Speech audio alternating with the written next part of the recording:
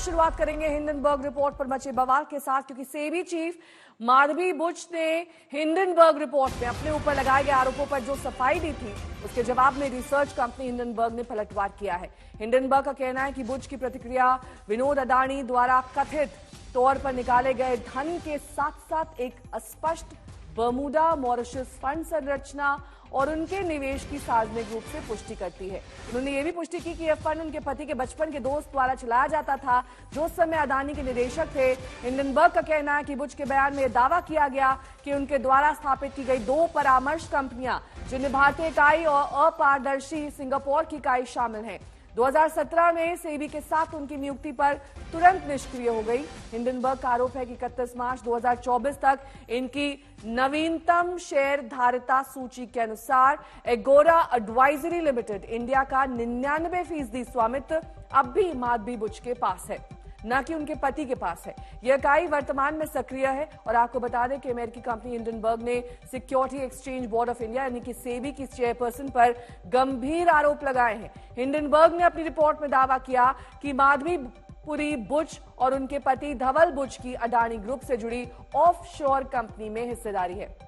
बुच ने इन आरोपों को निराधार और चरित्र हनन का प्रयास बताया है। पीयूष मिश्रा मेरे सहयोगी जुड़ गए हैं तमाम जानकारी के साथ। देखिए, सबसे बड़ी बात तो पीयूष यहां पर यह है कि सेबी पर सवाल उठाए गए हैं और ऐसा हिंडनबर्ग की पहले रिपोर्ट में भी किया गया था। हालांकि इसे लेकर अब विपक्ष बहुत ज्यादा हमलावर हो सकता है, क्योंकि इंडिपेंडेंट एजेंसी सेबी मानी जाती है। जी बिल्कुल नेहा, इस पूरे मामले को लेकर विपक्ष जो है काफी हमलावर है। उन्होंने 2 मुख्य मांग रखी है। पहली मांग कि इस पूरे मामले की जांच जो है वो एक ज्वाइंट पार्लियामेंट्री कमेटी से कराई जाए। दूसरी बात की जो सेबी की चेयरपर्सन है उनको इस्तीफा देना चाहिए। ये जो 2 बड़ी मांगे हैं वो विपक्ष रख रहा है। कल राहुल गांधी ने एक बयान जारी किया था, जिसमें उन्होंने ये कहा था कि जिस तरह की चीजें निकल के सामने आ रही है वो ये दर्शाता है कि जो भारत का स्टॉक मार्केट है वो पूरी तरह से कॉम्प्रोमाइज है। साथ साथ उन्होंने एक बड़ी बात और कही कि अगर देश की जनता स्टॉक मार्केट में, इंडियन स्टॉक मार्केट में इन्वेस्ट कर रही है तो वो एक सिग्निफिकेंट रिस्क पर है, यानी कि एक बड़े रिस्क पर लोग होंगे। इसका जवाब कौन देगा, सरकार देगी या सेबी देगा? इस तरह के सवाल जो है कल राहुल गांधी ने पूछे। हालांकि बीजेपी ने पलटवार करते हुए उनके सभी आरोपों को निराधार बताया। उन्होंने ये कहा बीजेपी के नेताओं ने कि जिस तरह की बातें विपक्ष कर रहा है वो उसमें किसी तरह का कोई दम नहीं है। विपक्ष जो है भारत की आर्थिक व्यवस्था को चरमरा देना चाहता है और एक षड्यंत्र के तौर पर इस तरह की चीजें कही जा रही हैं। लेकिन विपक्ष काफी हमलावर है।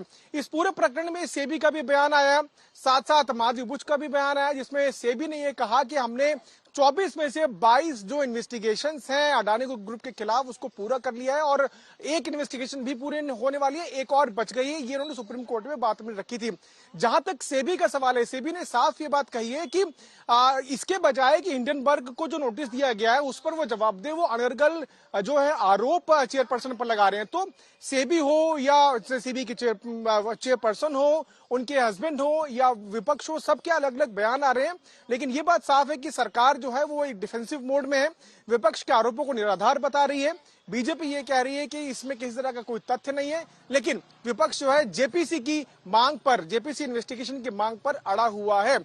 चाहे वो समाजवादी पार्टी हो, तृणमूल कांग्रेस हो, सभी विपक्ष के जो नेता हैं उनकी एक ही स्वर में एक ही आवाज है कि इस पूरे मामले में जांच होनी चाहिए। अब देखना होगा कि आज किस तरह से अपनी बात को और प्रखर रूप से रखते हैं, लेकिन बीजेपी इनके आरोपों को पूरी तरह से निराधार बता रही है। जी नहीं, ठीक है पीयूष, आप बने रहिए हमारे साथ। साक्षी बत्रा मेरी सहयोगी जुड़ गई हैं इस वक्त तमाम जानकारी के साथ।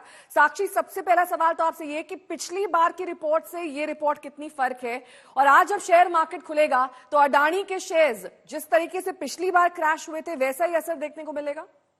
बिल्कुल नेहा, आपने सबसे सही सवाल उठाया है, क्योंकि अभी प्री ओपन ट्रेड शुरू हुआ है जिसमें इंडिकेटिव है कि अदानी समूह में भारी गिरावट के साथ शुरुआत हो सकती है। Remember, this is pre open rates, जो ओपनिंग होगी वो फर्क होगी, लेकिन इंडिकेशन इस तरीके से है कि अदानी ग्रुप के कई स्टॉक्स जो है वो 18-19% के हिसाब से गिरते हुए नजर आ सकते हैं। ये अभी प्री ओपन के रेट्स हैं जो कि काफी वॉलेटाइल होते हैं। ओपनिंग में सिचुएशन क्लियरली हमें पता चलेगी, खासतौर पर क्यों ये रिपोर्ट फर्क है। हिंडनबर्ग रिसर्च की 2.0 पहले उन्होंने मार्केट्स में लिस्टेड एक समूह को अटैक किया था, इस बार उन्होंने कैपिटल मार्केट्स रेगुलेटर को अटैक किया है और चीफ को, सेबी चीफ को खुद अटैक किया है।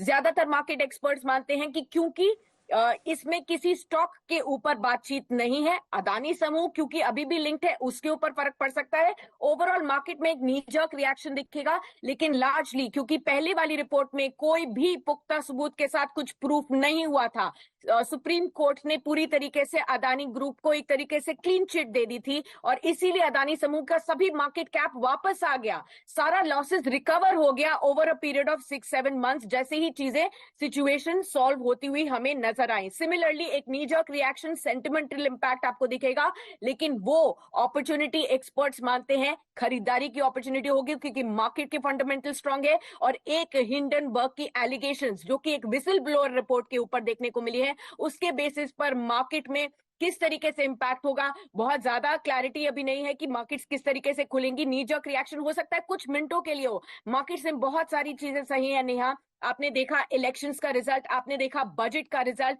आपने ये भी देखा कि हाल फिलहाल में जिस तरीके से पिछले हफ्ते वॉलिटिलिटी बाजार में दिखी है, लेकिन बाजार अक्सर वापस आया, स्पेशली इस तरीके की रिपोर्ट्स में जब कुछ भी प्रूफ नहीं हुआ है मार्केट्स में, अगर नी जर्क रिएक्शन आता भी है तो उसे खरीदारी की अपॉर्चुनिटी देखें। दूसरी बहुत इंपॉर्टेंट बात है नेहा, हिंडनबर्ग रिसर्च ने अपनी पोजीशन क्लियर की है कि वो एक शॉर्ट सेलर है, यानी कि उन्होंने मार्केट में, इंडियन मार्केट में या फिर अदानी ग्रुप में हो सकता है शॉर्ट पोजीशन ली हो इस रिपोर्ट को रिलीज करने से पहले, यानी कि वो खुद फायदा लेना चाहते हैं कि अगर शॉर्ट पोजीशन लेने के बाद ये रिपोर्ट किसी तरीके से मार्केट्स के सेंटिमेंट को इंपैक्ट पड़ती है तो इसका फायदा खुद हिंडनबर्ग रिसर्च को होगा। तो ये बातों को ध्यान में रखते ही हमें आगे देखना होगा कि बाजार में किस तरीके से ओपनिंग होती है। एक्सपर्ट्स मानते हैं और सेबी ने भी ये क्लियरली अपने रिस्पॉन्स में कहा है कि इन्वेस्टर्स को इस समय कामली रिएक्ट करना चाहिए और बहुत ही सोच समझ के इस वॉलेटाइल पीरियड पे कुछ छेड़ाखानी ना करके अपने पोर्टफोलियो में और आराम से वापस आना चाहिए। ठीक है, अब बने रहिए हमारे साथ साक्षी। हिंडनबर्ग की ताजा रिपोर्ट पर देश में सियासत तेज हो गई है, जुबानी जंग भी शुरू हो गई। लोकसभा में नेता प्रतिपक्ष राहुल गांधी ने आरोप लगाया कि सेबी की शुचिता प्रभावित हुई है। सरकार से जेपीसी जांच की मांग भी इस मामले में की गई। Imagine you're watching a cricket match, international cricket match between India and Australia, and every single person who's watching the match and those playing the match know that the umpire is compromised. What would happen to the match? What would happen to the fairness of the match? What would happen to the outcomes? How would you feel as somebody who's participating in the match? This is exactly what is happening in the Indian stock market. The first, why has Chairperson Madhavi Butch not resigned? Second, God forbid something were to go wrong and investors were to lose their money. Who is responsible? Is the Prime Minister of India responsible? Is Madhavi Butch responsible? Or is Mr. Adani responsible? And finally, the Supreme Court has been looking at this matter. वहीं senior वकील और BJP के नेता महेश जेठमलानी ने Hindenburg के आरोपों को निराधार बताया। जेठमलानी के मुताबिक सेबी ने हिंडनबर्ग की पिछली रिपोर्ट के आधार पर हिंडनबर्ग से जवाब मांगे थे, लेकिन उन सवालों का जवाब देने की बजाय हिंडनबर्ग ने सेबी चीफ को ही निशाना बना दिया। इसमें तो कुछ दम है ही नहीं इस रिपोर्ट में।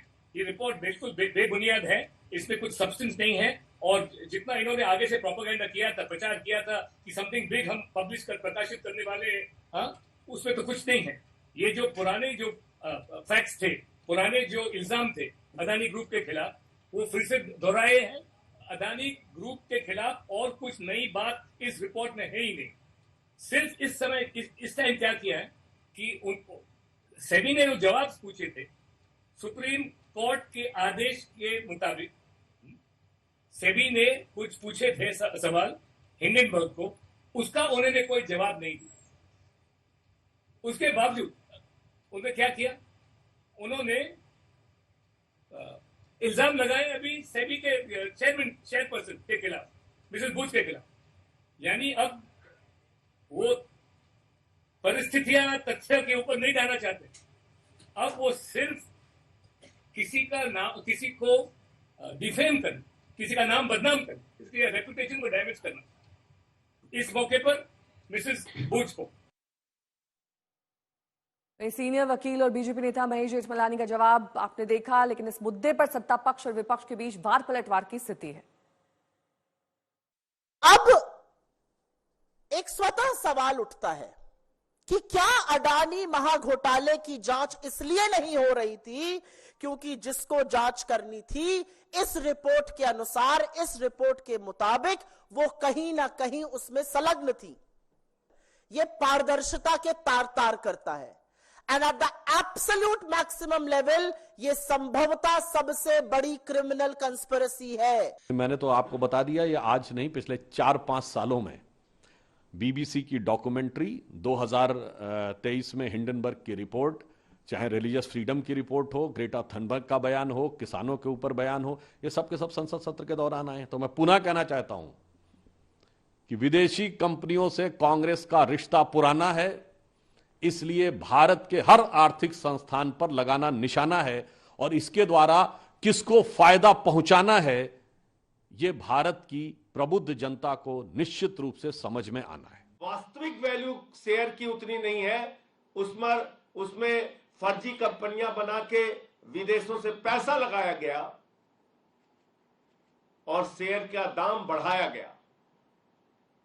वास्तविक दाम शेयर का उतना नहीं है, लेकिन बाहर से फर्जी कंपनियां बना के विनोद अडानी के माध्यम से हजारों करोड़ रुपए हिंदुस्तान में अडानी की कंपनी में लगाया गया, उसके शेयर का दाम बढ़ाया गया। और जब हिंदुस्तान के छोटे निवेशक, आम आदमी, मिडिल क्लास के लोग उस शेयर को बढ़े दामों पे खरीदते हैं, तो कुछ दिन बाद वो शेयर की वैल्यू जब घटती है तो उनका पैसा डूब जाता है। मुझे लगता है बाहर के ऐसे काफी सारे पावर्स हैं और यहाँ पे उनके मित्र कांग्रेस पार्टी उन मिलकर एक तरह से इनका कॉन्स्पिरेसी चल रहा है कि किसी तरह से भारत की इकोनॉमी को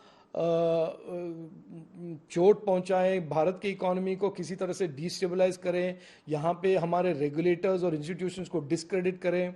आप जानते ही हैं राहुल गांधी जब बाहर जाते हैं वो बोलते हैं जुडिशरी इंडिपेंडेंट नहीं है, हमारे वोटिंग मशीन चलते नहीं हैं, हम डेमोक्रेसी खतरे में हैं।